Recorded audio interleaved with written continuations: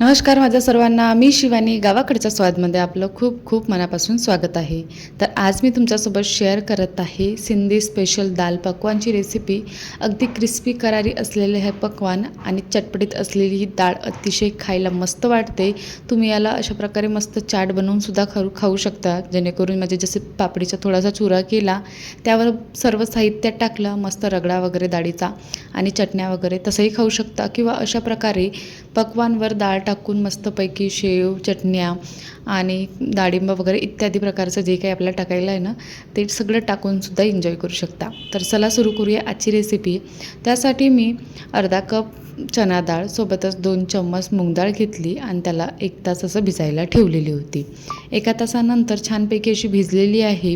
तर त्याला आपण 2-3 पाण्याने धुवून घेऊया आणि कुकरमध्ये नंतर टाकून याला शिजवायला ठेवायचं आहे.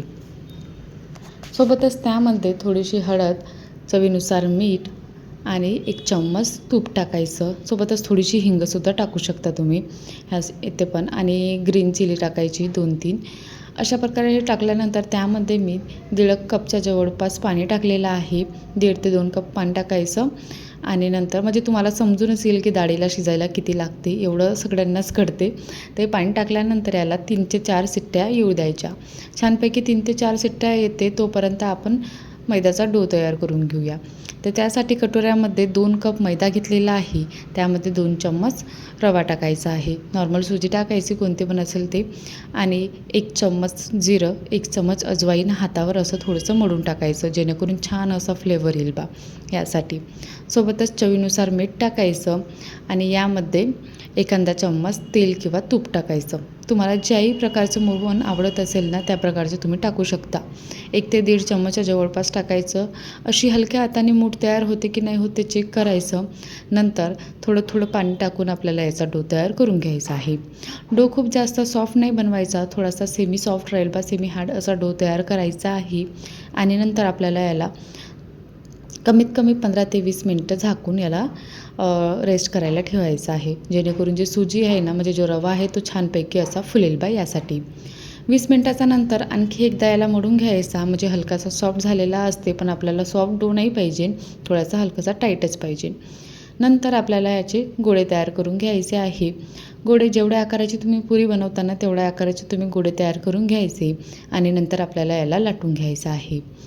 लाटताना छानपैकी एकसारखा लाटायचा, गोल फिलवा अशा प्रकारे पकवान तयार करायचं आहे. सपोज आळातेळा जात असेल किंवा साईडचे जे कॉर्नर्स आहेत ते असे म्हणजे कापल्यासारखे होत असेल बा, म्हणजे बरोबर जमत नसेल बा, जास्त टाईट जो डो झाल्यानंतर थोडेसे जे किनार असते ना, ते थोडीशी अशी फाटल्यासारखी असते, म्हणजे तुटल्यासारखी.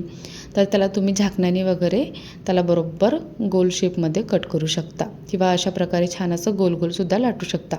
लाटल्यानंतर आपल्याला ज्या काटा चम्मचने काय करायचे असे त्याला होल करून घ्यायचं आहे फोकनी. छान असे होल करून झाल्यानंतर याला आपल्याला साईडला ठेवून द्यायचं आहे. कमीत कमी एक साथ 3-4 तुम्ही लाटून ठेवल्या ना, त्यानंतर फ्राय करायला इझी होते. मी लाटून घेतल्यानंतर मीडियम हॉट ऑइलमध्ये गरम केलेल्या तेलामध्ये आपल्याला आता फ्राय करायचं आहे. फ्राय करताना गॅसची फ्लेम ही लो टू मीडियमच पाहिजे. सुरुवातीला लो पाहिजे आणि नंतर थोड्या वेळाने मीडियम करायची.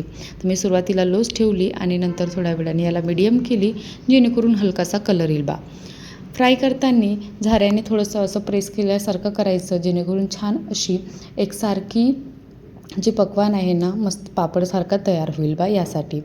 आणि गॅसची फ्लेम बिलकुल वाढवायची नाही. सपोज तुम्ही गॅसची फ्लेम वाढवली लवकर शिजण्यासाठी, तर थोड्या वेळाने ज्यावेळेस तुम्ही काढून ठेवाल ना, तर ते थोडीशी अशी चांपट झाल्यासारखी होईल बा, आणि क्रिस्पी करारी राहणार नाही जास्त वेळपर्यंत. म्हणून याला आपल्याला लो फ्लेमवरच कंटिन्यू करायचं आहे, म्हणजे फ्राय करायचं आहे.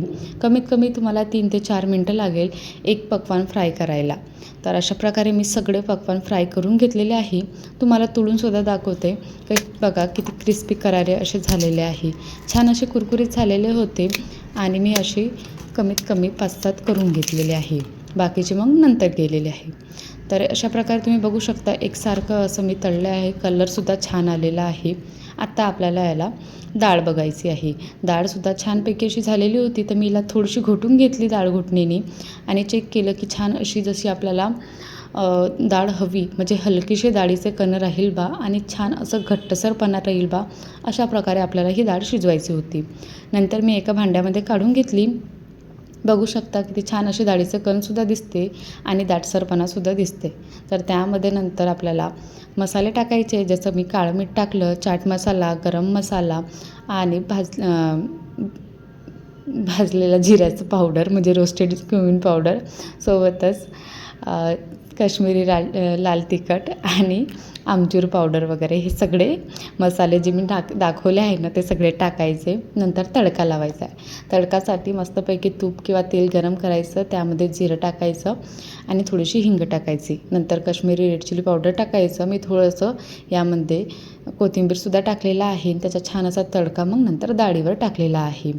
आणि अशा प्रकारे ही डाळीचा तडका तयार झालेला आहे. तर बघू शकता किती सुरेख दिसत आहे. मस्त पाहूनच असं खाण्याची इच्छा झालेली होती. आणि नंतर आपल्याला आता तुम्हाला सांगते की कशाप्रकारे आपल्याला दाल पकवान तयार करायचं आहे, म्हणजे सर्व करायचं आहे. तर पकवान घ्यायचा, त्यावर जी घट्टसर असलेली डाळ असते ना ती टाकायची मस्त. आणि नंतर यामध्ये बारीक चिरलेला कांदा टाकायचा. सोबतच नंतर हिरवी चटणीसुद्धा करून घेतली होती मी आणि इमलीची चटणीसुद्धा करून घेतली होती. तर हिरवी चटणी टाकायची, नंतर इमलीची चटणीसुद्धा टाकायची. आणि नंतर आपल्याकडे सपोज डाळिंब वगैरे असेल ना, तर ते तुम्ही टाकू शकता मस्तपैकी गार्निश करण्यासाठी. डाळिंब टाकायचं, थोडासा कोथिंबीर टाकायचं, थोडासा सेव टाकायचं.